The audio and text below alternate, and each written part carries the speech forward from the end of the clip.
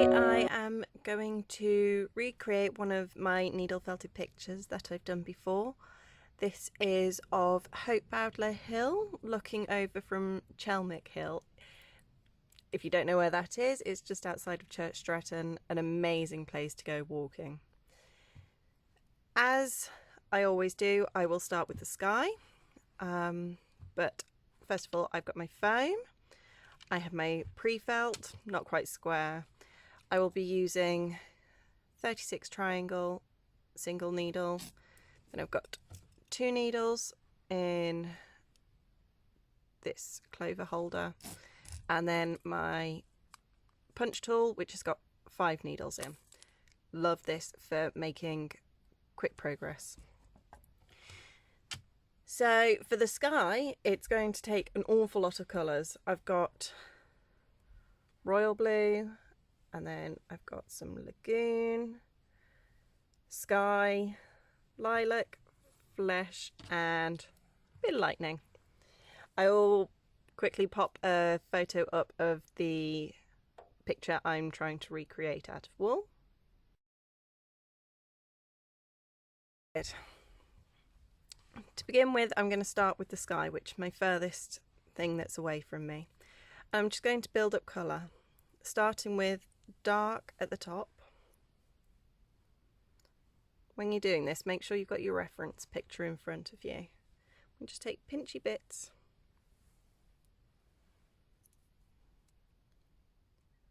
and just lay them out.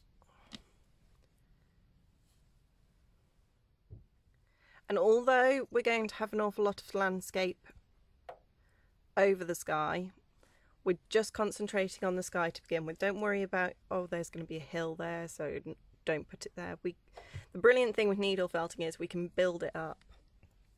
And then take a bit of lagoon. Place that a bit further down. You can already see it's starting to get that lovely wispy texture of sky.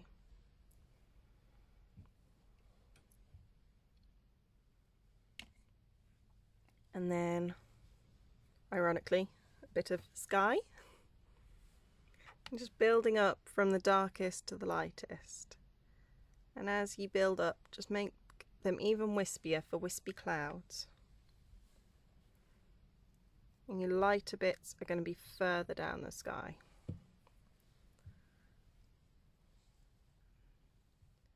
And lay just a bit of lilac.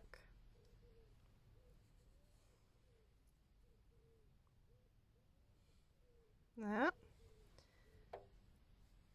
Smidgen of flesh. So I'm just going to use pinchy fingers for that.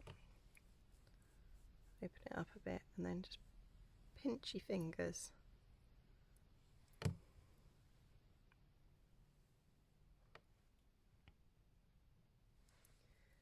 And then we got quite a big cloud in the middle of the sky. I'm going to break up these fibres a bit to make them shorter.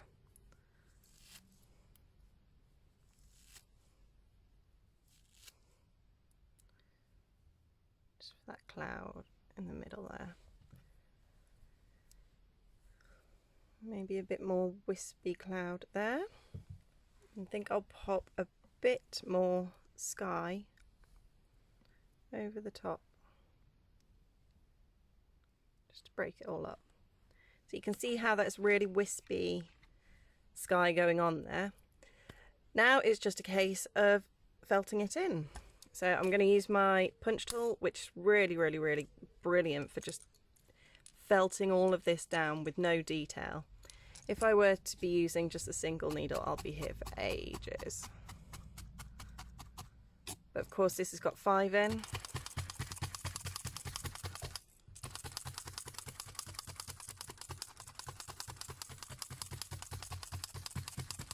Once that's holding on the pre-felt a bit, I'm just going to gently lift and pop it back down. You don't want it getting stuck to your foam. I think I'll just break up that top bit of sky a bit more.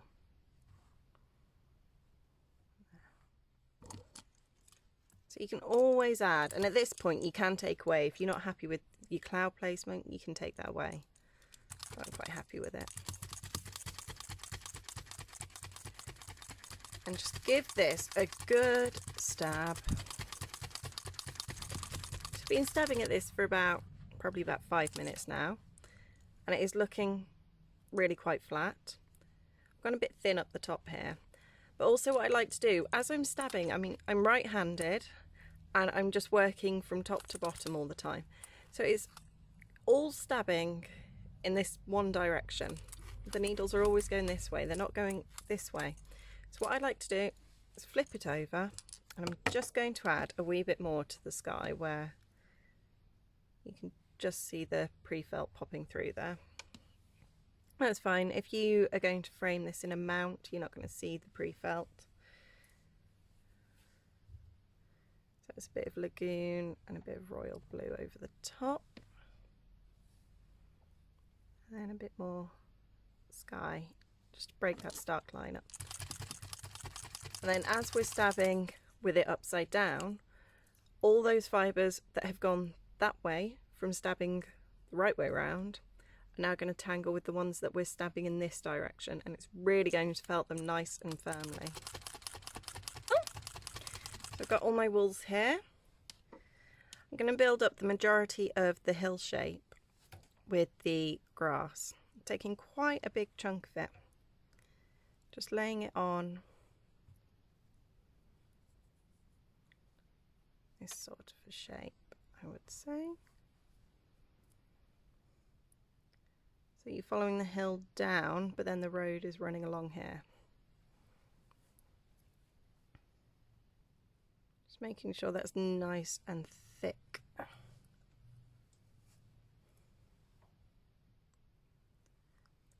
What I'm going to do now is I'm just going to take my pen tool, just stab along the defined line, just so I know where I'm working. You can use your single needle for this as well.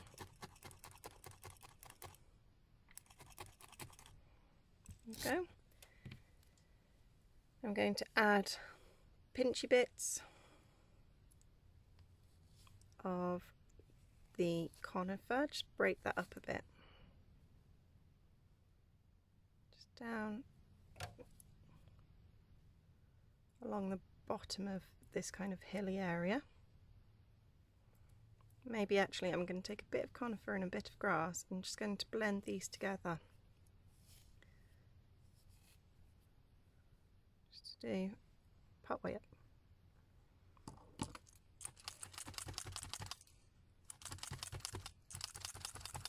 Then again, just like the sky, I'm going to stab this on nice and firmly.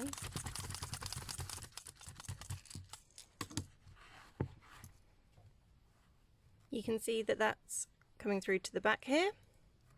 I'm just going to do along this edge with a smidgen of lime, and then I'm just going to blend that with a smidgen of grass as well. It's almost like the sun is just going to be reflecting off the very, very top of the hill. Just tiny amounts. And take my single needle for this, I think, and just walk it along that defined edge.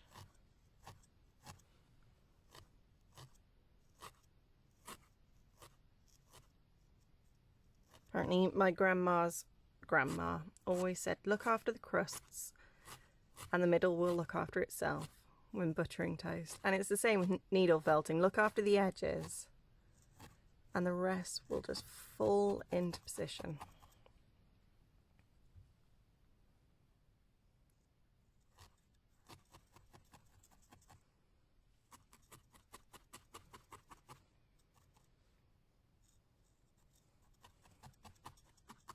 Just a bit more grass over here, I think.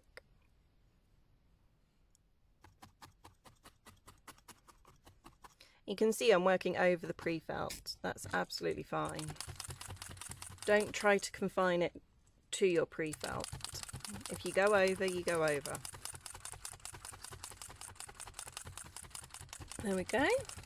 So now I'm just going to work the little hedgerow along the edge here, which is going to be in my rust, pinchy bit of rust, bit of grass and some conifer. I'm going to blend those together. Really blend them and break them up. So you don't want this to be wispy little edges. We're really breaking this up, and to make it look like little clumps or little balls of grass or the hedgerow, I'm just going to take a clump, give it a bit of a pre-felt in my hand,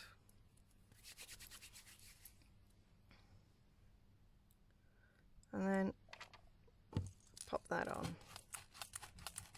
Actually, I'll use my pen tool for this. And just gives a slightly more organic shape to your landscape.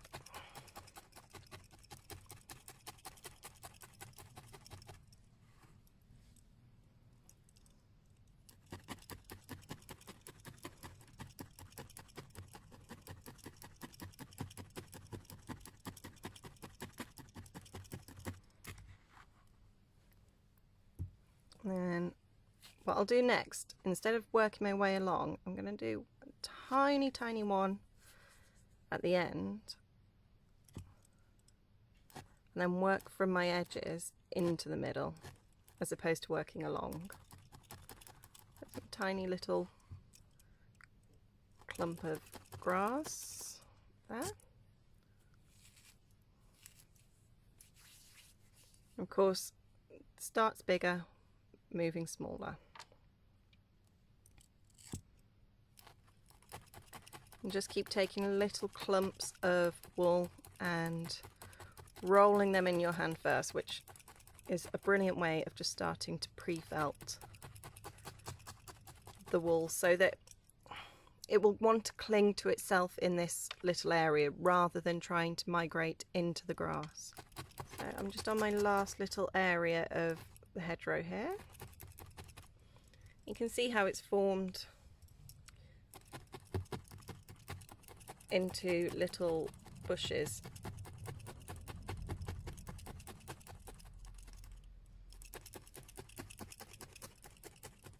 I like doing rocks like this as well.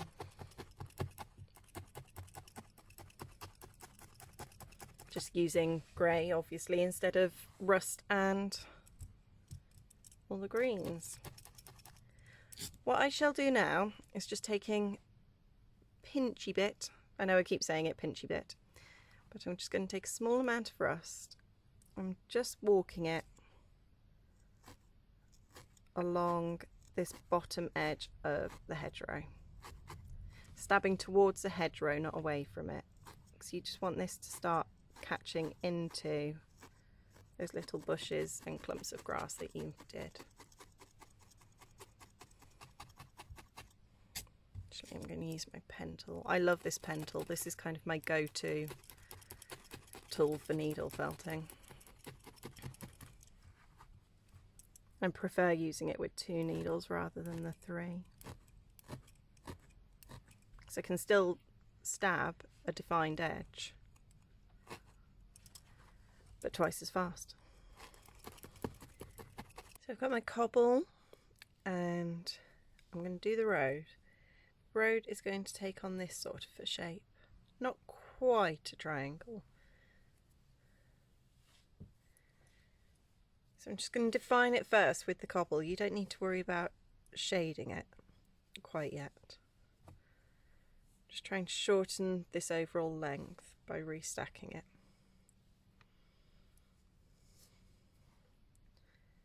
Again, we're going to concentrate on that defined edge first. And follow this line down so that the road follows the landscape.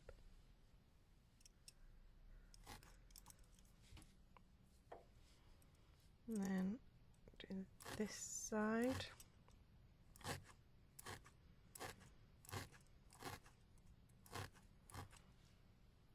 I'm just going to, as you can see, I've got these tiny wispy bits here. I'm just going to fold those over to really help give a defined edge. Notice that I'm laying the fibres in the direction that the road goes in. I know it's not a natural thing, the road, but it just helps to give a sense of direction. And if you think about how cars have driven on roads, we'll create more, I don't know, skid marks and lines going along the road rather than across the road. Taking a bit more of your Cobble and Lightning. I'm going to restack these together and actually break the fibres apart again, because we want these quite short direction, and you can see how much shorter they are now. And I'm just going to lay, not quite that much, just a bit. Get my pen tool along. Make sure that you're going from the middle of the top and bringing it down and out.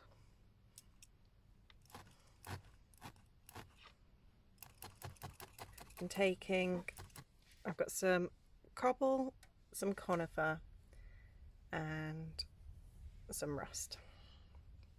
Again, restacking that to really break up those stark colours and break those fibres apart again. So I'm going to just sit that on.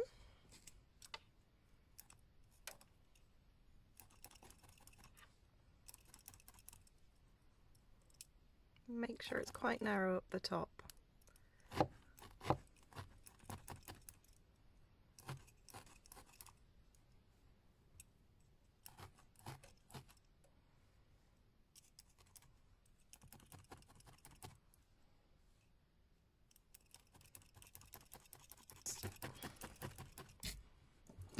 You can see that the pen tool does leave a few more holes than with the punch tool. So even when you're finished with the pen tool, just go over with the punch tool. Those holes will kind of relax out a bit more. Just going to do this side of the road now, which will be conifer, rust. Similar to how you did the hedgerow, I'm going to use a bit more conifer than rust.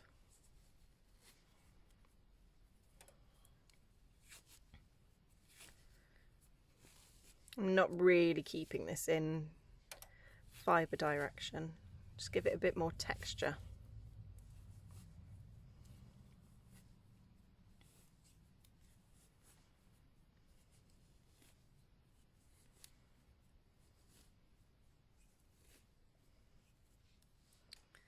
And then it's literally a case of kind of just plonking it on.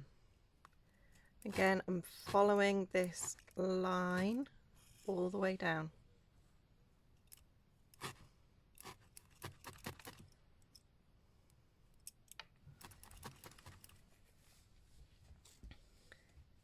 So I'm going to do Hope Bowdler Hill. Just going to go up here into a peak, and then we've got a slightly dark one that's going to be here. So I'm again defining that edge.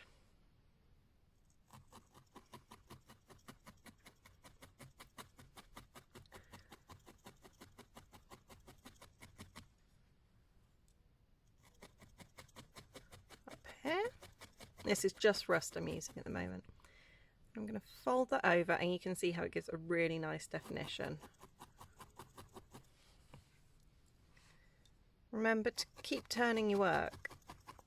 I really like to work at all angles rather than keeping it the right way up.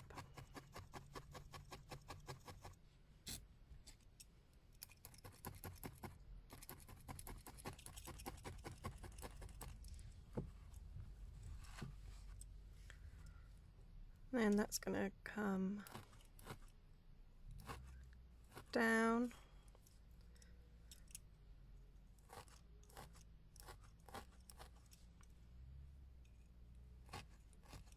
Along here. This is where you really need to just concentrate and put your time into it.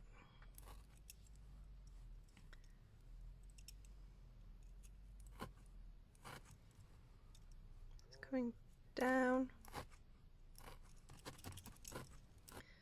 I'm just going to let the leftover bit of rust, I'm just putting a bit of a twist in it just to take the bulk out of it. Just stab it along that horizon line.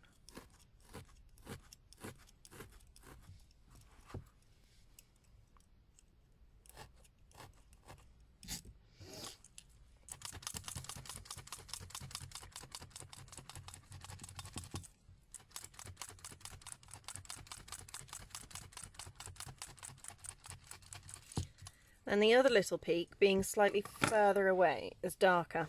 So I'm taking my Cobble Rust, not quite that much rust actually, and then some Conifer. I'm going to restack this until it's all really well blended.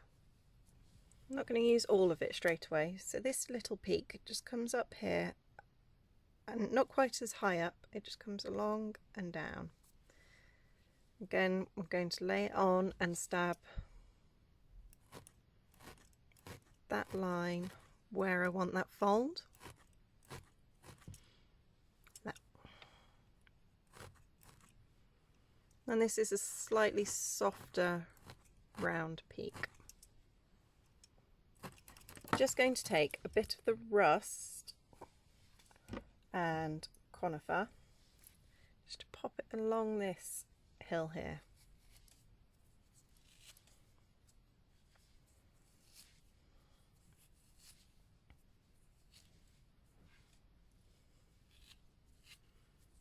Just a tiddly bit.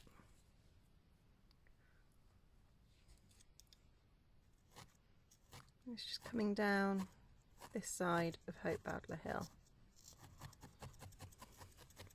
And then the last little bit is the little moon. She'll get some sky and lightning. Don't want to just use the lightning because obviously, you know, with the moon being so far away, there's a proper haze in front of it.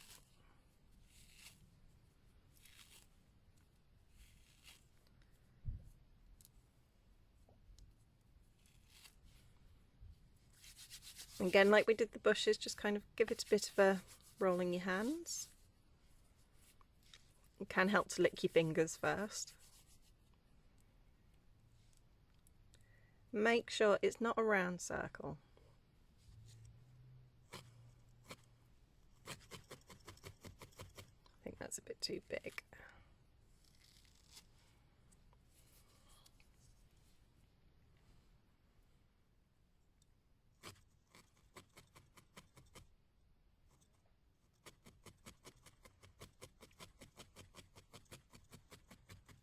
And with that that other little bit of the sky and the lightning that I mixed together for the moon, I'm just going to restack that so the fibres are in the same direction. Lay that over the top to break up that stark line of the moon.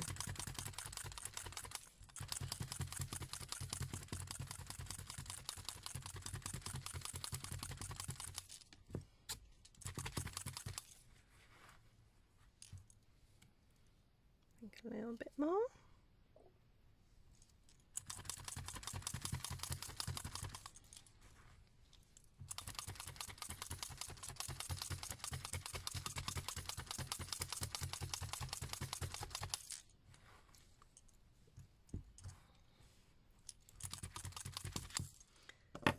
And there we go. There is a picture of Hope Bowdler Hill from Chelmick. If you are local to Church Stretton or Shropshire, I highly recommend going for a walk around that area. It is so beautiful. Thank you so much for watching. I hope you have found this video helpful. And I don't usually ask, but if you would like to subscribe, I would really appreciate it. And I will see you again next Monday for some more crafting. See you then. Bye.